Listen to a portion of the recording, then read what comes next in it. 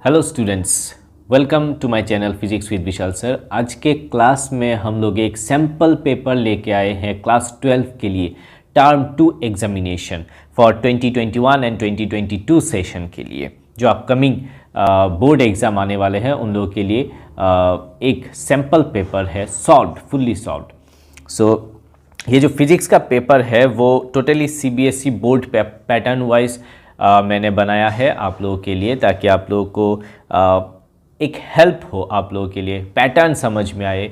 CBSE से एक sample paper दिया गया है but which is not enough actually. So आप लोग प्रैक्टिस कर पाए किस तरीके का क्वेश्चन आते हैं एग्ज़ाम में, पैटर्न समझ में आए। तो इसके लिए मैंने एक आपके लिए सॉल्व क्वेश्चन पेपर रखा है। एक्चुअली सॉल्व नहीं है, मैं आपके सामने समझा के सॉल्व करके दूंगा। So it will be great session. So आप लोग कंटिन्यू कीजिए मेरे साथ। यहाँ पे क्वेश्चन पेपर कुछ इस तरीके से देखने को मिलेगा आपको। मैक्सिमम मार्क्स रहता है, वो तो बताने की ज़रूरत नहीं है। मैक्सिमम मार्क्स रहता है 35 मार्क्स। कुछ जनरल इंस्ट्रक्शन रहता है, 2 आवर्स का है। आप लोगों को 15-20 मिनट पहले मिल जाएंगे, तो उस मिनट में उस जो टाइम पीरियड है उस टाइम पीरियड को यूटिलाइज़ करना है। ओके, फर्स्ट ऑफ ऑल बिना टाइम वेस्ट किए एक टूर देते हैं हम लोग, एक ओवरव्यू करते हैं पूरा क्वेश्चन पेपर का। यहाँ पे देखिए 3 सेक्शन है, section A, section B and section C. यहाँ पे है section C. Okay, section C में आपको एक केस स्टडी दिखने को मिलेगा, सेक्शन बी में कुछ क्वेश्चंस और सेक्शन ए में भी कुछ क्वेश्चंस मिलेगा आपको। ठीक है, 2 मार्क्स ईच करके है सेक्शन बी, डेफिनेटली 8 क्वेश्चंस है। सेक्शन बी में एक्चुअली 8 क्वेश्चंस है जो 3 मार्क्स का होगा, और सेक्शन ए में 3 क्वेश्चंस है 2 मार्क्स का, यानी कि सेक्शन ए 2 मार्क्स का होगा, लिखने की ज़रूरत भी नहीं है। तो ये तो हो गया हम लोग का एक ओवरव्यू क्वेश्चन पेपर का। सो हम लोग अभी सॉल्व करेंगे कि पहले वाला क्वेश्चन से हो सके कि इस सैम्पल पेपर से ही आपके एग्ज़ाम में कुछ क्वेश्चन आ जाए, क्या पता किसको। तो इसलिए थोड़ा ध्यान से देखिए, समझा के दूंगा, समझिए। डाउट रहेगा तो डेफिनेटली कमेंट करके बताइएगा। Thank you very much. So start करते हैं हम लोग। What is the function of photodiode? Photodiode का फंक्शन, ये जो है क्वेश्चन सेमीकंडक्टर डायोड से, सेमीकंडक्टर का जो चैप्टर है आप लोगों का, उस चैप्टर से पूछे गए हैं। इसका आंसर जो होगा, to detect the light signal कहाँ से, and to measure light intensity. ठीक है, छोटा करके लिख रहा हूँ, आप लोग थोड़ा जूम करके देख सकते हैं, या फिर थोड़ा क्वालिटी को बढ़ा के, वीडियो क्वालिटी को बढ़ा के आप लोग देख सकते हैं, क्योंकि यहाँ पे स्पेस बहुत कंजस्टेड है, मेरे को उस स्पेस में ही लिखना होगा। सो ये हो जाएगा आपका आंसर। क्या होता कि लाइट को डिटेक्ट करने के लिए और इंटेंसिटी मेजर करने के लिए फोटोडायोड यूज़ होते हैं। Okay, show that density of nucleus is independent of mass. Very excellent question. यहाँ पे मैं ये जो गैप है उस गैप में यहाँ पे एक्चुअली करने की कोशिश करता हूँ। स्पेस बहुत ही लिमिटेड है, बहुत कम है एक्चुअली। हम लोग के पास पता है R0 is equal to RA⁻⁴ हम लोगों को पता है।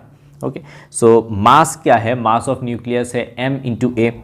ओके, यानी कि m×a जितना न्यूक्लियस है, उसके बाद वॉल्यूम, क्योंकि डेंसिटी का फॉर्मूला क्या होता है, मास पर यूनिट वॉल्यूम। तो यहाँ पे हम लोग को क्या मिल जाएगा, density will be equal to m×a divide by volume. Volume कितना होता है, 4/3πr³, यानी कि 4/3πr के जगह पे हम लोग क्या बिठाएंगे, एक्चुअली यहाँ पे हो जाएगा, दिस विल बी, ये हो जाएगा r और ये हो जाएगा R0। ओके, सो R के जगह पे हम लोग R0 A⁻⁴ तो ये बिठाने से आ जाएगा 3m डिवाइडेड बाई 4πr⁵। ठीक है, तो ये देखिए, ये जो फंक्शन है या फिर ये जो एक्सप्रेशन है वो इंडिपेंडेंट ऑफ a है, मास नंबर इंडिपेंडेंट है। तो ये इतना ही करने के लिए बोला है, बस 2 मार्क्स के लिए एनफ है। नेक्स्ट और पार्ट में क्या बोला है, if the nucleus radius of aluminium is 3.6 fermi then find the approximate nucleus radius of copper. Copper का अप्रॉक्सीमेट रेडियस कितना हो जाएगा, इसका जो पार्ट है यहाँ पे करके देता हूँ। एक्चुअली हम लोग को क्या करना होगा, देखिए फर्स्ट ऑफ ऑल आर हम लोग को पता है, ये जो फार्मूला अभी अभी हम लोगों ने लिखा है इस फार्मूला से ये न्यूमेरिकल हो जाएगा। तो RAL divide by RCU, copper बोला है ना यहाँ पे, हाँ कॉपर, तो यहाँ पे आ जाएगा R0 कैंसिल हो जाएगा, यानी कि a टू द पावर 1/3, यानी कि हम लोग यहाँ पे लिख सकेंगे 27 टू द पावर 1/3 यानी कि क्यूब रूट, और यहाँ पे 64 टू द पावर 1/3, जो आंसर बन जाएगा 3/4। ये हो जाएगा हम लोग का आंसर और पार्ट का। ओके, चलिए next number 3, the intrinsic carrier concentration of silicon. ये जो क्वेश्चन है टोटली फार्मूला बेस्ड है, अगर आप लोग को फार्मूला पता है तो ही आप लोग कर पाएंगे। यहाँ पे देखिए फार्मूला जो है, रो डेंसिटी क्या बोला है, Ni² डिवाइडेड बाई NO। तो Ni यहाँ पे कितना दिया है 1.5, ये जो है नंबर कि 5 × 10⁻20 डिवाइडेड बाई कितना आ जाएगा, नो ये है NO है actually, this is NO। Okay, NO आ जाएगा 5 × 10⁻20, और ये जो नंबर दिया गया है ये है इंट्रिंसिक Ni, इंट्रिंसिक कैरियर। तो 1.5 × 10⁻16 होल स्क्वायर, तो ये अगर यहाँ पे बिठाएंगे आंसर आ जाएगा 4.5 × 10⁻11 मीटर माइनस 6। ओके, तो एक्चुअली इसका आंसर मुझे पता था इसलिए मैं डायरेक्ट कर गया, पर आप लोगों को थोड़ा कैलकुलेशन करना पड़ेगा, but this is the ultimate formula. मैं फार्मूला को यहाँ पे मार्क करके दे रहा हूँ ताकि आप लोग को देखने में थोड़ा इजी हो। स्पेस कम होने के कारण मेरे को यहाँ पे इस तरीके से लिखना पड़ रहा है, बट होपफुली आपको समझ में आएगा ultimate thing. Next, right the expression for speed of, हाँ ये जो क्वेश्चन है बहुत इंपॉर्टेंट है, 2-3 बार मैंने CBSE board exam previous paper में देखा हूँ, तो इसलिए मुझे लगा कि लास्ट 2 ईयर में नहीं आया, तो इसलिए इस बार बहुत ही इंपॉर्टेंट लग रहा है। तो इसका जो आंसर होगा ये हो जाएगा इस तरीके से, V will be equal to 1/√r mu epsilon, mu epsilon होता है। Okay, so equal to 1/√r mu naught mu r epsilon naught epsilon r। तो हम लोग को पता है C is equal to 1/√r mu naught epsilon naught, ये हम लोग को पता है। तो अगर ये बिठाएंगे तो C divided by √r mu r epsilon r हो जाएगा। So this is the ultimate expression for velocity. Okay okay, also prove that, ये तो 1 मार्क का हो गया, और 1 मार्क का, क्योंकि यहाँ पे सेक्शन बी में 3 मार्क्स का रहेगा, और 2 मार्क्स का क्या बोला है कि prove that average energy density of oscillating electric field is equal to oscillating. हाँ, इसका आंसर मैं यहाँ पे कर रहा हूँ, तो ये एक्चुअली हो जाएगा इस तरीके से, UE जो है यानी कि ड्यू टू इलेक्ट्रिक फील्ड हो जाएगा 1/4 epsilon naught E naught square. Okay, हम लोग को पता है E is equal to E naught is equal to B naught C। Okay, ये हम लोग को पता है। तो अगर इसका वैल्यू यहाँ पे बिठाते हैं तो E नॉट की जगह पे 1/4 epsilon naught B naught C whole square, तो इसका आंसर आ जाएगा यहाँ पे बन जाएगा 1/4 mu naught B not square, 1/4 mu naught. हाँ, क्योंकि यहाँ पे ये जो पार्ट है, ये जो वैल्यू है, ये मैंने यहाँ पे बिठाया है 1/√r mu naught epsilon not, मतलब C स्क्वायर यानी कि म्यू नॉट एप्सिलॉन नॉट। तो C स्क्वायर यहाँ पे एक पार्ट आएगा, तो यहाँ पे ये आ जाएगा। So this is equal to UE, और ये जो है this is equal to UB, B यानी कि due to magnetic field. Okay, magnetic field के कारण ये है, तो यानी कि ये दोनों का जो एवरेज डेंसिटी है, एनर्जी डेंसिटी, वो दोनों इक्वल है। बस इतना ही करना है आप लोगों को, बस सिंपल। नेक्स्ट क्वेश्चन की तरफ चलते हैं, क्वेश्चन नंबर 5।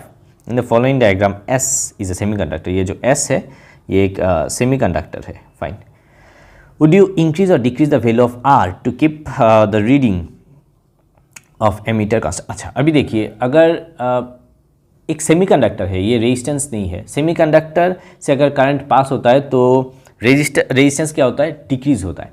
तो आप लोगों को करंट को कांस्टेंट रखने के लिए बोला है कि एमीटर A को कांस्टेंट रखना है, यानी कि करंट को कांस्टेंट रखने के लिए रेजिस्टेंस को बढ़ाना पड़ेगा, क्योंकि रेजिस्टेंस कम हो जाएगा ड्यू टू सेमीकंडक्टर।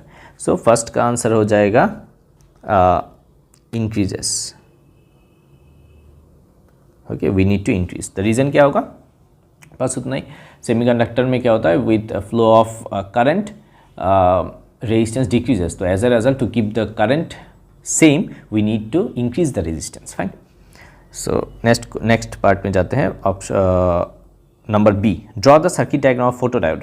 फोटोडायोड यहाँ पे मैं ड्रॉ करके देता हूँ छोटा करके। दिस इज फोटोडायोड, यहाँ पे पी एन, ओके, ये जो है यहाँ पे आएगा फोटोन आके स्ट्राइक करेगा एच न्यू, और इसको इस तरीके से कनेक्ट करना होगा। याद रखना है कि photodiode always reverse bias mode पे काम करता है, यानी कि ये नेगेटिव ये पॉजिटिव होगा। यहाँ पे एक रेजिस्टेंस एंड यहाँ पे कनेक्शन देना पड़ेगा। दिस इज आर, ओके, ये माइनस ये प्लस, तो यहाँ पे हम लोग को क्या मिलता है, रिवर्स बायस मोड पे।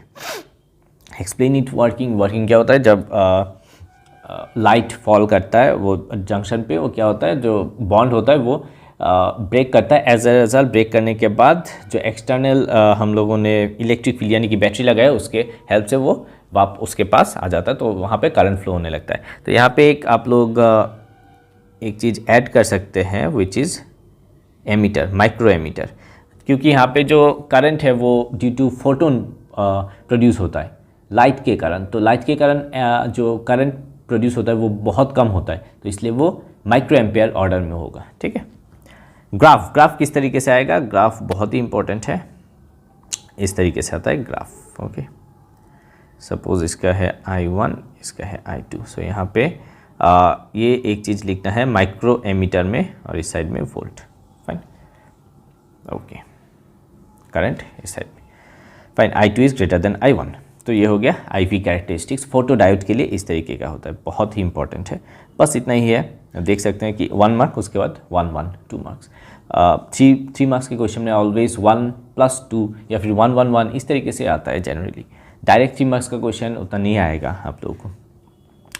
Next question, 6 number question, ray of incident. ये बहुत ही इंपॉर्टेंट क्वेश्चन है, क्योंकि इसको इसलिए मैंने चूज़ किया हूँ क्योंकि ये रे ऑप्टिक्स है, और रे ऑप्टिक्स पार्ट से एक न्यूमेरिकल पार्ट क्वेश्चन आ सकते हैं आपके एग्जाम में। सो इसलिए मैंने इस तरीके का क्वेश्चन पूछे हैं यहाँ पे। इक्विलैटरल ग्लास प्रिज्म बोला है, show that minimum deviation, show minimum deviation of 30 degree, minimum deviation delta 30 degree दिखाता है। Calculate the speed of the light through the prism, speed निकालना है। तो अभी हम लोग के पास म्यू का फॉर्मूला है sine A plus delta M divided by 2 divided by sine A/2। ठीक है, ये हम लोग के पास है।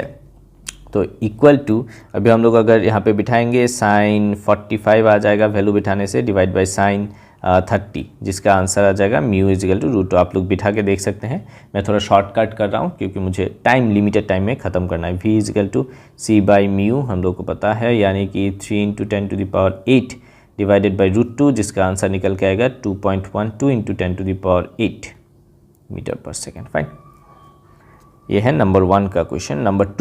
नंबर 2 में क्या बोला है कि find the angle of incidence at face AB so that emergent ray grazes along the face AC, यानी कि टोटल इंटरनल रिफ्लेक्शन ग्रेजेस हो रहा है, यानी कि टोटल इंटरनल रिफ्लेक्शन में हम लोग को पता है sine IC equal to 1/μ is equal to 1/√2।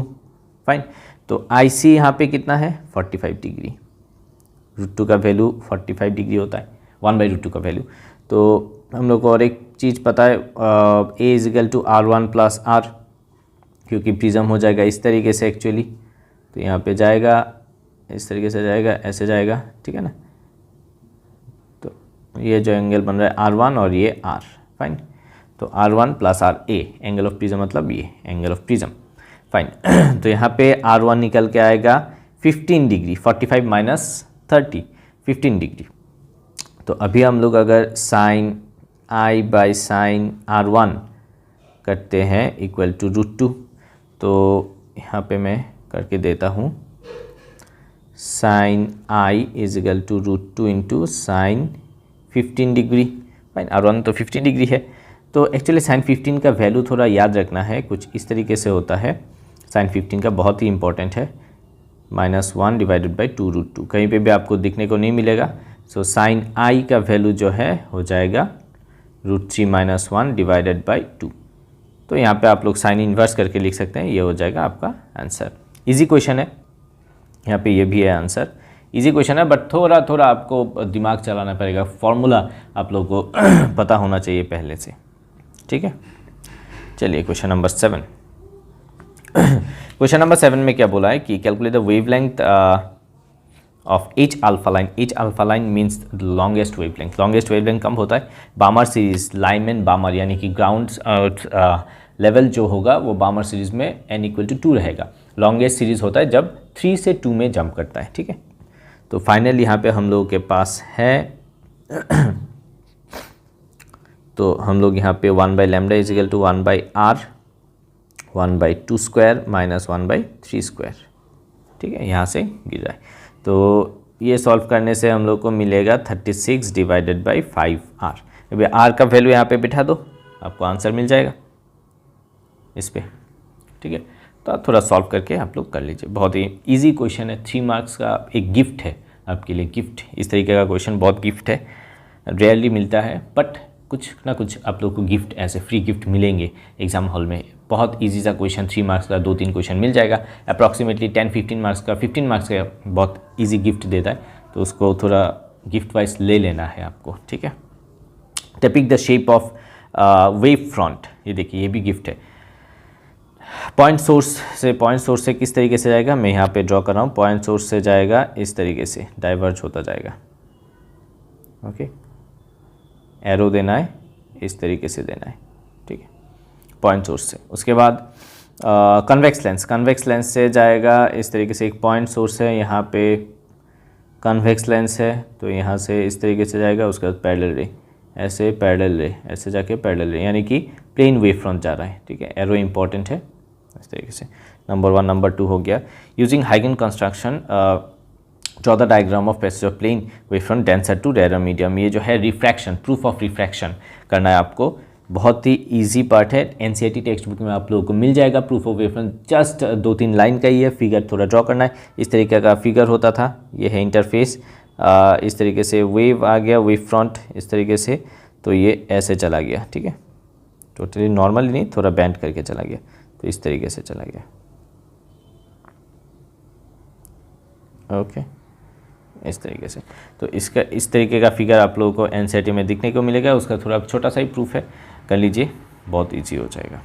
Next, if one of the और पार्ट में कर रहा हूँ यहाँ पे, 2 identical slit, okay, producing interference in a Young experiment is covered with glass so that the light intensity passing through is reduced to 50%. बहुत important question है और थोड़ा ट्विस्ट करके दिया है। 50% देखें, find the ratio maximum minimum intensity. मैं यहाँ पे कर रहा हूँ, कितना नंबर क्वेश्चन है, 8। नीचे मैं यहाँ पे कर रहा हूँ 8 का और पार्ट, ओके। तो पहले क्या बोला है यहाँ पे देखिए, यहाँ पे बोला है I2 is equal to 50% of I1, इतना गिवन है। तो I2 इजिकल टू हम लोग लिख सकते हैं 0.5 I1, एंड हम लोग को पता है कि A2 स्क्वायर, I2 मतलब एम्पलीट्यूड स्क्वायर, इजिकल टू यहाँ पे आ जाएगा 0.5 A1 स्क्वायर, यानी कि यहाँ से हम लोग A2 इजिकल टू A1/√2 निकाल सकते हैं। √2 कैसे, क्योंकि 0.5 को मैंने हाफ लिख लिया, तो I max divided by I mean, ये हम लोग को रेशियो निकालने के लिए बोला था। आई मैक्स मतलब A1 प्लस A2, तो यहाँ पे इसके जगह पे A/√2 बिठाते हैं whole square, divided by A minus A/√2 whole square. इसका जो आंसर है अप्रॉक्सीमेटली 34 निकल के आएगा। मैंने ऑलरेडी करके रखा था, इसलिए मैं डायरेक्ट यहाँ पे बिठा दिया।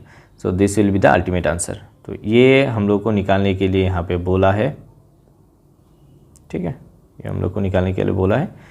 तो इस लाइन को थोड़ा गौर कीजिएगा, बहुत इंपॉर्टेंट लाइन है। इसी लाइन से जनरली मैक्सिमम मैथ्स हो जाएगा, यहाँ पे पूरा पार्ट हो रहा है, ठीक है। क्वेश्चन नंबर 8 हो गया। What kind of fringe do you observe in place of if white light is instead of monochromatic light. White light अगर यूज़ करते हैं तो किस तरीके का फ्रिंज देखने को मिलेगा। बहुत ही ईजी है, सेंट्रल फ्रिंज हो जाएगा white, central fringe will be white and all other fringe will be colored। बाकी जो फ्रिंजेस है वो कलर्ड रहेगा और सेंट्रल फील्ड आपको वाइट दिखने को मिलेगा। Next question number 9। ये भी एक इजी सा क्वेश्चन है क्योंकि ऑलरेडी इस तरीके का क्वेश्चन आप लोग को करके जाना है, होमवर्क करके एग्जाम हॉल में लिखना है। बहुत इजी टाइप का क्वेश्चन है, गिफ्ट में बोलूँगा। First line of Balmer series is इतना, wavelength of second line of कितना आ जाएगा, 9 का आंसर मैं यहाँ पे कर रहा हूँ 9, ठीक है। यहाँ पे देखिए n इजिकल टू कितना रहता है 3 फॉर फर्स्ट लाइन के लिए n इजिकल टू 3, क्योंकि बामर तो लाइमन बामर ग्राउंड में रहेगा n इजिकल टू 2, तो फर्स्ट लाइन आएगा n इजिकल टू 3 से फर्स्ट लाइन। सेकंड लाइन आ जाएगा n equal to 4 second line. तो यहाँ से इतना जंप किया तो रेशियो कितना बनेगा, λ1 by λ2 is equal to R H Rydberg constant cancel हो जाएगा। तो यहाँ पे 1/2 square minus 1/4 square divided by λ2 मतलब 1/2 स्क्वायर माइनस 1/3 स्क्वायर। तो इसका जो आंसर है 27 डिवाइडेड बाई 20 निकल के आ जाएगा, ठीक है। ये बन जाएगा हम लोग का आंसर। तो अगर यहाँ पे है तो इसको λ2 किस तरीके से लिखेंगे, 20/27 इंटू λ1 का वैल्यू दिया हुआ है। तो अगर हम लोग पुट करेंगे 4860 एंगस्ट्रॉम हम लोग को मिलता है कैलकुलेशन करने के बाद। तो ये बन जाएगा हम लोग का अल्टीमेट आंसर, ठीक है। बहुत ही ईजी है, छोटा सा मैथ्स है जनरली, क्योंकि बोर्ड का जो क्वेश्चन पेपर है इस तरीके से बनाया जाएगा ताकि आप लोग 2 घंटे में कंप्लीट कर सकें। और उसके बाद आप लोग को एक्स्ट्रा 20 मिनट मिलता है जिसमें आप लोग छोटा छोटा मैथ्स जो है आप लोग कर सकते हैं, पेंसिल लेके क्वेश्चन पेपर में कर सकते हैं साइड में रफ वर्क करके। तो ये एक प्लस पॉइंट हो जाएगा। क्वेश्चन नंबर 10 यहाँ पे क्या बोला है देखिए, define power of a lens. Power means what, reciprocal of focal length in meter, diopter है इसका यूनिट। तो यहाँ पे आपको ऐसे ही 2 मार्क्स मिल रहा है। एक रिलेशन दिया है, ये रिलेशन के लिए आपको 1 मार्क्स दिया जाएगा। बहुत ही ईजी है। रिलेशन को कितना नंबर है ये, क्वेश्चन नंबर 10 ऑलमोस्ट ख़त्म है। ये जो पार्ट है आप लोग देख सकते हैं अप्रॉक्सीमेटली 20-22 मिनट अभी तक हुआ है। तो 22 मिनट में ही हो रहा है। आप लोग को एग्जाम में जब लिखेंगे hardly it will take 1 hour, hardly 1 hour, 1 घंटा 15 मिनट में हो जाएगा ये, ठीक है। इस तरीके का ही जनरली देते हैं। चलिए क्वेश्चन नंबर 10, तो इस तरीके से दिया गया है 2 लेंस, फाइन, इस तरीके से। तो यहाँ पे एक ऑब्जेक्ट है, ये यहाँ पे जाने का था बट ये यहाँ पे जाएगा, दैट इज़ I1, यहाँ पे I, this is object, okay. So this is यहाँ पे U बन जाएगा हम लोग को, और दिस विल बी V, ठीक है। और ये हो जाएगा V1 अगर हम लोग पकड़ लेते हैं जो आइडियल जो इमेजिनरी इमेज है, ठीक है, I1। तो अभी हम लोग मिरर फार्मूला यूज़ करेंगे 1/फर्स्ट केस के लिए, V1 minus 1/U1 is equal to 1/F1, ठीक है। अगर फर्स्ट जो लेंस है इसके लिए, sorry lens formula, mirror formula नहीं, लेंस फार्मूला। उसके बाद सेकंड पार्ट के लिए 1/V1 हो जाएगा, व्हाट, 1/V1 हो जाएगा उसका इमेज, सॉरी ऑब्जेक्ट, ठीक है। ऑब्जेक्ट हो जाएगा ये वाला पोर्शन, ये वाला जो लाइन है ये बन जाएगा object. This will be object for second case, ठीक है, याद रखना है। इस तरीके का क्वेश्चन हम लोग ऑलरेडी प्रैक्टिस कर चुके हैं। और डिराइवेशन पार्ट में आप लोग रे ऑप्टिक्स का जो प्लेलिस्ट है उसमें जाके बहुत सारा डिराइवेशन आप लोग मिल जाएगा इस तरीके का। उसके बाद 1/V1 माइनस 1/, अरे यहाँ पे क्या लिख रहा हूँ एक्चुअली, 1/V बन जाएगा ना यहाँ पे, V माइनस U। तो U कितना है, U है plus V1 is equal to 1/F2। अगर हम लोग ऐड करेंगे, adding we can write 1/F1 plus 1/F2 is equal to 1/V minus 1/U, fine. ये वाला जो पार्ट है ये कैंसिल हो जाएगा, ये ठीक है। तो 1/V minus 1/U is equal to 1/F। So this is the ultimate expression जो हम लोग को निकालना था, ठीक है। ये इज इक्वल टू ये। सो क्वेश्चन नंबर 10 हम लोगों ने कंप्लीट कर लिया है। Okay, next question number 11, draw the graph showing variation stopping potential. ये तो बहुत ही इजी है क्योंकि इस तरीके का जो क्वेश्चन है जनरली पूछे जाएंगे तो कॉमन क्वेश्चन ही ड्यूअल नेचर से। तो ये क्वेश्चन जनरली गिफ्ट है मैं बोल रहा हूँ। तो यहाँ पे इस तरीके का ग्राफ बन जाएगा, जनरली आप लोगों को बुक में देखने को मिल जाएगा इस तरीके का graph. This will be the graph. यहाँ पे versus frequency, stopping potential versus frequency. ये है नंबर 1 ग्राफ, ये है नंबर 2 ग्राफ। तो यहाँ पे W1 greater than W2 work function. Fine. Next, write two important conclusion that can be drawn from the study of this plots. यहाँ पे हम लोग क्या निकाल रहे हैं कि कौन सा किसका ज़्यादा है फ्रीक्वेंसी, ये हम लोग निकाल पा रहे हैं, यानी कि वर्क फंक्शन के बेसिस इसका थ्रेशोल्ड फ्रीक्वेंसी कितना ज़्यादा है वो। और एक है यहाँ पे हम लोग इंटरसेप्ट जो है पोर्शन वो निकाल पा रहे हैं, उसके हेल्प से हम लोग प्लैंक कांस्टेंट जो है एच का वैल्यू हम लोग निकाल पाएंगे। ये दो कंक्लूजन बहुत इंपॉर्टेंट है, ठीक है। Fine. Right the Einstein photo electric equation. ये हम लोग अभी नहीं लिखेंगे, जनरली बहुत ही ईजी है। Mention which important features can be explain with the help of this equation. Photo electric effect, इसका कुछ इंपॉर्टेंट फीचर्स हैं, आप लोग ये जनरली बुक में मिल जाएगा, किसी भी बुक में आप लोग को कंप्लीट वे में मिल जाएगा, इसलिए मैं अभी इसको लिख नहीं रहा हूँ। सेकंड वाला जो पोर्शन है उसको मैं अभी करके दे रहा हूँ। The maximum kinetic energy of photo electron gets doubled when wavelength of incident surface changes to λ1 to λ2. Derive the expression for threshold frequency and work function for the metal surface. threshold frequency का एक करना है, तो मैं यहाँ पे question number 11 का यहाँ पे मैं कर रहा हूँ। क्वेश्चन नंबर 11 का और पार्ट, फाइन, और पार्ट है ना ये, क्वेश्चन नंबर 11 का और पार्ट, यस और पार्ट। तो और पार्ट में हम लोग क्या करेंगे, फर्स्ट ऑफ ऑल के max which is equal to hc by lambda minus phi naught, इसको इक्वेशन 1 रखेंगे। hc by lambda means h new के जगह पे c by lambda हम लोगों ने बिठा दिया। उसके बाद सेकंड केस में क्या बोला है कि ट्वाइस बोला है इसको, तो hc यहाँ पे lambda 1 हो गया, hc by lambda 2 minus phi naught कोई 2। तो अभी इन दोनों को कंपेयर करके हम लोग लिख सकते हैं कि 2hc by lambda 1 minus phi naught phi naught will be equal to hc by lambda 2 minus phi naught, ठीक है। तो यहाँ से अगर हम लोग पुट करेंगे किसका वैल्यू, phi naught का value hc by lambda naught, ये जो वैल्यू है ये वैल्यू हम लोग को पुट करना पड़ेगा। तो ये वैल्यू अगर पुट करते हैं तो हम लोग को जो डिज़ायर्ड वैल्यू है लैम्डा नॉट का वो मिल जाएगा lambda 1 lambda 2 divided by twice lambda 2 minus lambda 1। ये वैल्यू हम लोग को अल्टीमेट आंसर दे देगा। सिंपल है,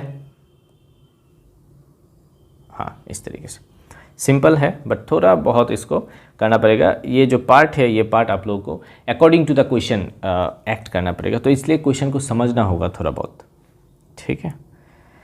तो चलिए लास्ट सेक्शन में, बहुत इजी सेक्शन है, केस स्टडी। ये जो पार्ट है आप लोग जो फर्स्ट के 20 मिनट मिलेगा उस 20 मिनट में आप लोग केस स्टडी कर सकते हैं बहुत easily. So light seems to propagate in a rectilinear path. यहाँ पे डिफ्रैक्शन से कुछ दिया गया है, फिगर दिया गया है, इसको थोड़ा एक्सप्लेन किया गया है। प्रोपागेट इन रेक्टिलिनियर पाथ, क्यों जाता है रेक्टिलिनियर पाथ में, स्ट्रेट लाइन में क्यों जाता है? बिकॉज इसका वेवलेंथ जो है बहुत छोटा है, बहुत स्मॉल है, दैट्स वाई ये रेक्टिलिनियर पाथ प्रोपागेट करता है। बहुत ही सिंपल इजी क्वेश्चन है। Diffraction of single slit, the angular width दिया गया है of the central maximum does not depend upon. Angular width का जो फॉर्मूला है वो है 2 theta is equal to 2 lambda by D होता है, हाँ 2 लैम्डा बाई डी। तो यहाँ पे किसके ऊपर डिपेंड नहीं करता है, डिपेंड करता है width of slit means D, तो distance from slit and screen इसके ऊपर डिपेंड नहीं करेगा, बहुत ईजी है। Next, diffraction from a single slit and intensity of the central point. Central point क्या होता है, सबसे ज़्यादा होता है, वो मोटा होता है, ट्वाइस होता है, ठीक है। तो यहाँ पे देखिए finite but much larger than the maximum, surrounding maximum, तो ऑप्शन सी हो जाएगा, बहुत ईजी। Number 4, magnification. मैग्निफिकेशन का फॉर्मूला क्या होता है, M is equal to F naught by F E, ठीक है, टेलीस्कोप का मैग्निफिकेशन। तो यहाँ पे देखिए फोकल लेंथ अगर डिक्रीज करता है तो एक ये आंसर हो जाएगा। फोकल लेंथ अगर आई पीस का डिक्रीज करता है, ये डिक्रीज करता है तो मैग्निफिकेशन इंक्रीज होगा, तो मैग्निफिकेशन इंक्रीज के लिए बोला है। सिंपल फॉर्मूला बेस्ड क्वेश्चन है, 2 मिनट में हो जाएगा ये सब। Last question, single diffraction pattern observed. हाँ यहाँ पे दिया है width of central maxima to the width of other secondary maxima. Width क्या होता है, विड्थ मैंने ऑलरेडी बोल दिया है कि विड्थ ऑलवेज ट्वाइस रहता है। मैंने इसके ऊपर एक एक्सपेरिमेंट किया है, ठीक है, आप लोग थोड़ा प्लेलिस्ट में जाके देख लीजिए, एक शॉर्ट वीडियो है और उसके ऊपर एक टोटली कम्प्लीटली एक डिफ्रैक्शन के ऊपर एक एक्सपेरिमेंट है। वहाँ पे जो पिक्चर मैंने एक कर्टेन पे, एक वॉल पे मेरे को मिला था, उसमें देखिए कि सेंट्रल का जो ब्राइट फ्रिंज है वो ट्वाइस होता है, ट्वाइस विड्थ, और बाकी का जो मैक्सिमम मिनिमम होता है वो इक्वल विड्थ होता है, बट उसका हाफ हो जाता है। ठीक है, तो यहाँ पे आ जाएगा 2:1 रेशियो डायरेक्टली, तो इसका आंसर हो जाएगा 2:1। सो विद डैट हम लोग एक ऑलमोस्ट यहाँ पे 30 मिनट हो गया है, आधा घंटे में ऑलमोस्ट इसका एक रिव्यू, इसका आंसर हम लोग पूरा कंप्लीटली कर चुके हैं। क्लास 12 का फिजिक्स एक सैम्पल पेपर, ये एक्चुअली सीबीएसई बोर्ड का जो सैम्पल पेपर दिया गया है वेबसाइट में, ये सैम्पल पेपर नहीं है, ये मैंने बनाया है। ये पूरा टर्म 2 के लिए खुद से क्वेश्चन देके एनालिसिस करके, बहुत एनालिसिस करके क्वेश्चन बनाया हूँ। सो होपफुली ये जो क्वेश्चन है आप लोगों को बहुत हेल्प करेगा अपकमिंग एग्ज़ाम में। ऐसा भी हो सकता है कि यहाँ से डायरेक्ट क्वेश्चन मिल जाए, क्या पता आपको, तो इसलिए थोड़ा इसको गौर से देखिए और अच्छी तरीके से देख के जाइए। With that, thank you very much and all the best for your upcoming exam. Thank you.